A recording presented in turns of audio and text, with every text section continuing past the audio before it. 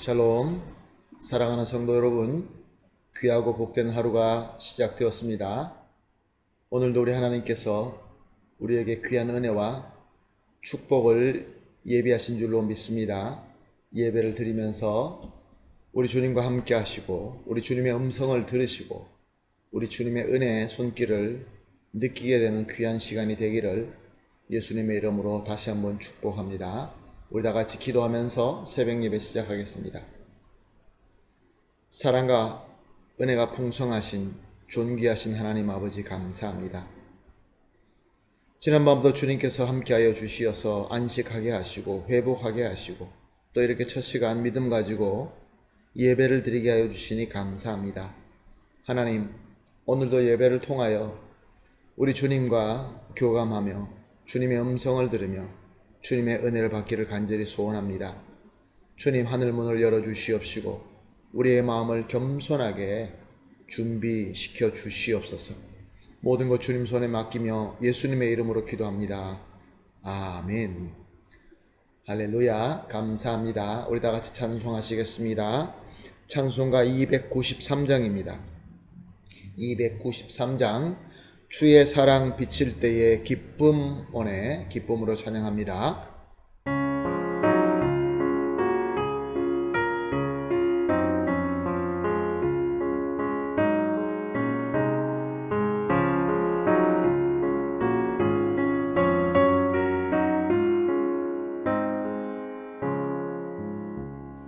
주의 사랑 비칠 때에 기쁨 오네. 근심 걱정 물러가고 기쁨 오네.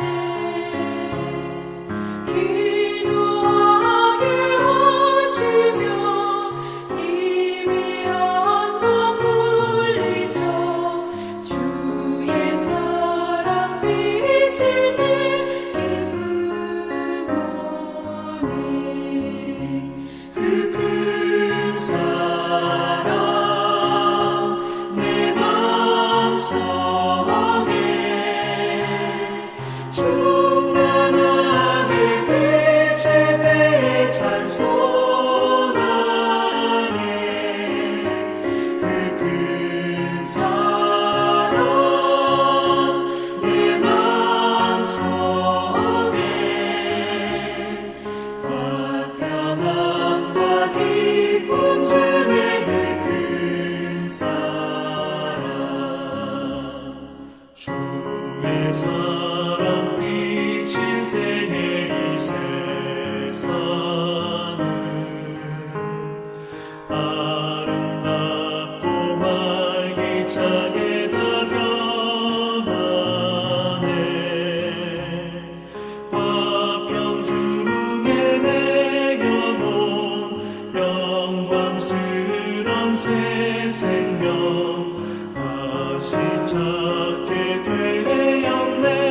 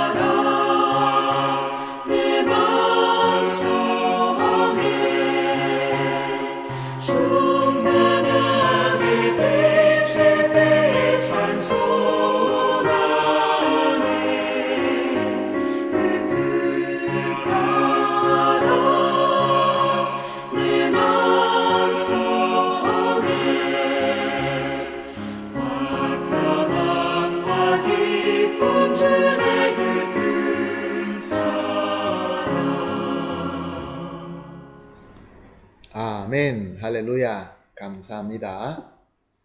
오늘 함께 보실 하나님의 말씀은 이사야서 63장 7절에서 14절 말씀입니다.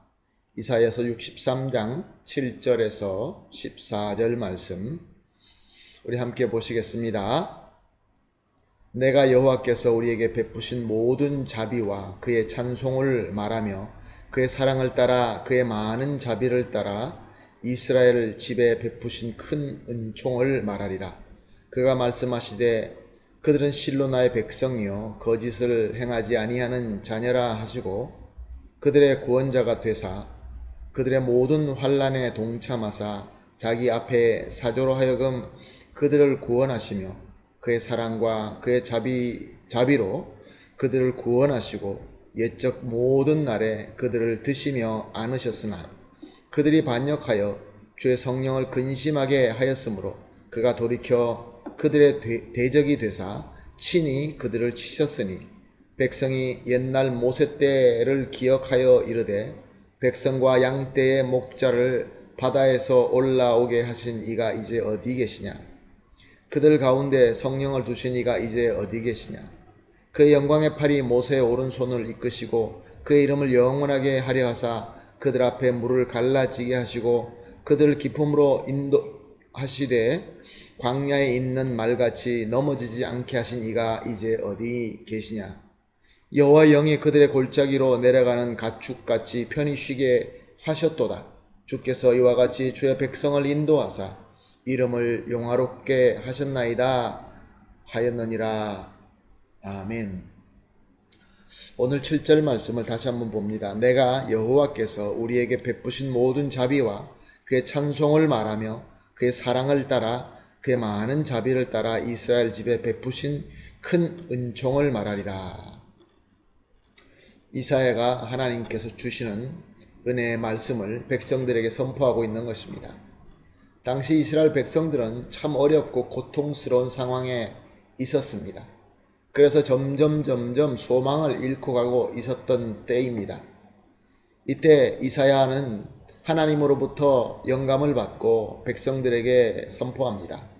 그동안에 우리가 얼마나 하나님께로부터 특별한 사랑을 받고 특별한 은총을 받으며 또한 이로 말미암아 하나님을 찬송하지 않았느냐라고 이렇게 옛날 또 계속해서 오늘까지 받는 하나님의 은총을 기억하게 하도록 하는 말씀인 것입니다. 8절에서 9절 말씀은 이렇게 기록하고 있습니다. 그가 말씀하시되 그들은 실로 나의 백성이요 거짓을 행하지 않는 자녀라 하시고 그들의 구원자가 되사 그들의 모든 환난에 동참하사 자기 앞에 사자로 하여금 그들을 구원하시며 그의 사랑과 그의 자비로 그들을 구원하시고 옛적 모든 날에 그들을 드디어 안으셨으나. 무슨 말씀입니까? 하나님께서는 처음부터 일방적으로 이스라엘을 사랑하사 우리를 사랑하사 하나님의 자녀로 택하여 주셨고 또 하나님의 자녀에 걸맞게끔 우리와 항상 함께 하시면서 귀한 복을 부어주셨다라는 말씀입니다. 계속해서 10절 말씀을 봅니다. 그들이 반역하여 주의 성령을 근심하게 하였으므로 그가 돌이켜 그들의 대적이 되사 친히 그들을 치셨더니. 그런데 문제가 무엇입니까? 하나님은 계속 영원토록 불변하신데 이스라엘이 우리가 하나님의 은혜를 배신하고 반역한 것입니다. 그런데 하나님께서는 하나님의 백성의 반역을 근심하신다고 말씀하십니다. 왜 그렇습니까? 왜냐하면 계속 그 자리에 있게 되면 영원한 멸망으로 떨어질 수밖에 없기 때문에 그렇습니다. 우리 하나님이 우리를 사랑하는 그 사랑은 영원한 사랑입니다. 그래서 우리가 하나님을 반역하고 세상을 향하고 있다 할지라도 죄 가운데 거하고 있는다 할지라도 하나님은 우리를 절대로 포기하지 않으십니다. 그래서 사랑의 매를 드셔서 우리를 다시 은혜의 자리로 돌이키려고 하시는 것입니다. 그것이 바로 하나님의 백성, 택한 자녀들이 받는 고난과 고통의 이유인 것입니다. 그래서 이사야는 계속해서 도전의 말씀을 선포하십니다. 그 내용이 11절에서 14절에 들어 있습니다. 이 내용을 지금 우리의 표현으로 한다면 이렇게 될 수 있습니다. 옛날 우리 조상 모세 때 홍해 바다를 가르고 건너게 하신 하나님 지금 어디에 계시느냐? 우리 조상들이 험한 광야를 지나갈 때 넘어지지 않게 붙드신 그 하나님은 지금 어디 계시느냐? 40년 동안 먹을 것과 마실 것과 입을 것을 비롯한 그 모든 것을 충분하게 채워주시고 형통하게 가나안으로 인도하신 그 전능하신 하나님은 지금 어디 계시느냐? 지금도 우리와 함께 하고 있지 않느냐? 그런데 왜 이토록 어리석으냐? 이런 말씀인 것입니다. 이 말씀을 통하여 이사야가 하고자 하는 말은 무엇입니까? 하나님께서 간절히 원하는 것은 반역한 백성들이 죄를 회개하고 하나님께로 돌아오는 것입니다. 은혜의 시대에 살고 있는 저와 여러분에게는 우리의 구세주 되신 예수님의 대속의 공로를 굳게 믿고 회개하면서 참 성도의 자리로 돌아오라라는 말씀인 것입니다. 사랑하는 성도 여러분, 이 길만이 택함 받은 하나님의 자녀가 고난에서 승리하고 회복하는 소망의 길인 것입니다. 그러므로 오늘 우리 첫 시간 이렇게 같이 합심해서 기도합시다.